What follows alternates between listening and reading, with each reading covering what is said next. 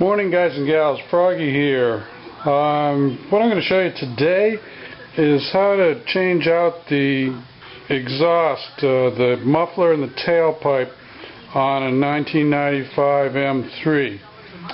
So first we're going to get the rear up in the air. Froggy used a couple of floor jacks to get it up in the air. I got a chock there so that it won't roll anywhere. I'm also going to pull the rear wheels off. I don't think I have to do this job, but I wanted to give them a good cleaning on the inside of the rim anyway. So we'll pull them off. Okay, put some jack stands up. Always be safe when you're working under the car. Don't do it without jack stands. It looks like all I got to do is those 4 bolts there that connect the middle exhaust part of the exhaust system to the muffler and tailpipe section, and then looks like a couple of clamp type fasteners in the back here, and I think it's going to come down with just those pieces, so let's give it a try. What I'm going to do is take the back off first, and then I'm going to prop it up on something and then move to the front because that is actually pretty heavy. Okay, I've got the 2 back clips off. Just like that. Remember how they go on.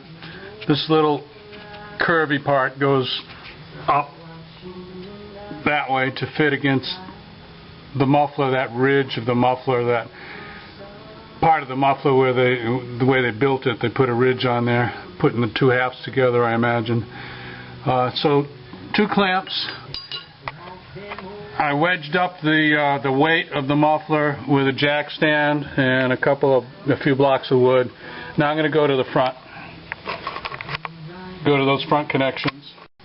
By the way, this could be used. I'm going to put another stock exhaust system on here that I own, but a lot of guys will take this part of the exhaust system or even all the way to the front. But they'll put something that's louder or lighter weight, and that's why a lot of people change out their muffler. On this connection here, there's a 13 millimeter bolt and a 12 millimeter nut, so they're different sizes. And there's one here that you're going to have a really tight shot of here. You'll have to put the nut in, put the bolt in and put the nut in and then thread them together, and then use an open end on that one because it's just too tight. That's just the way they built it, but it shouldn't be a problem. I noticed there's a small exhaust leak here. I can tell because the condensation is dripping and there's some discoloration there. So whoever, the guy who put this on there wasn't really that careful. That's one of the nice things about doing your own work is you do it right and you do it a little bit better than somebody else is just getting paid X dollars an hour to work on everybody's car. I like doing it myself. Okay, we got 1 out, we got 2 out, we got that tight one, we got like another one that's a little tight on the other side, and then one that's real easy. I'm going to leave this real easy one for last because it's going to hold everything up in place. Okay? Well, I figured out why I've got a little bit of a leak there, since only 2 out of these 4 nut and bolt fasteners were tight. That would explain it. Oh, the other thing is when you're under the car, you're looking up, wear some safety glasses. You get some dirt in your eye, you're not going to like it. Okay, I'm all loose, so we're going to drop her down. I'm going to need both hands here, so no camera work on. Okay, it's out. I'm going to shoot some paint on the new one and put it back up. It's got 2 different exhaust gaskets. Let me show you. Well, here's the driver's side gasket. It's a metal gasket or seal. And it'll fall out when you take the system apart. The passenger side, you can see, I think it's a little thicker. They're the same circumference, and it stays up on there on the rest of the exhaust system that goes to the front. So they're different. If they're in good shape, which this it's metal, so it's solid.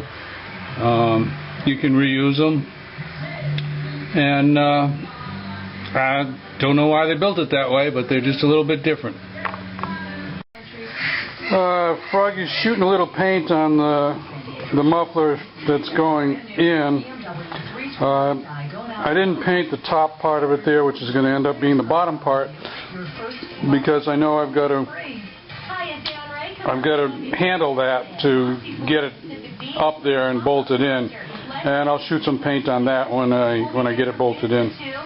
Okay, we're back in business. Just go slow on those two flanges, the flange joints that are up forward, and catch the back ones first. Do those first, because that's where most of the weight is, and you gotta support it. You gotta catch. I caught this inside one first, then I caught the outside one.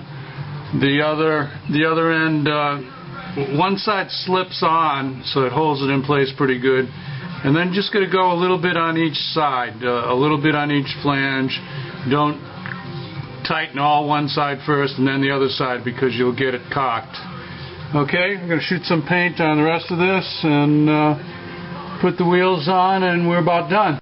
Well, there you go, she's done. If you have any questions on how this goes, post them up, and if this helps you out, give me a thumbs up. If you want to see more from Froggy, subscribe to my channel. Oh, look at those new shocks too. I put some new shocks on, and that's in another video if you're interested in how to put shocks on. I did rear shocks and front shocks and struts, and took the coil springs off the struts, so it's a pretty interesting video. Anyway, have a great one. Froggy out. I just thought Froggy give you one last shot of those rims, because remember I told you I wanted to take the rims off to clean them up, and yeah, didn't that come out pretty? I like these rims. Anyway, that's it. See you later, guys and gals.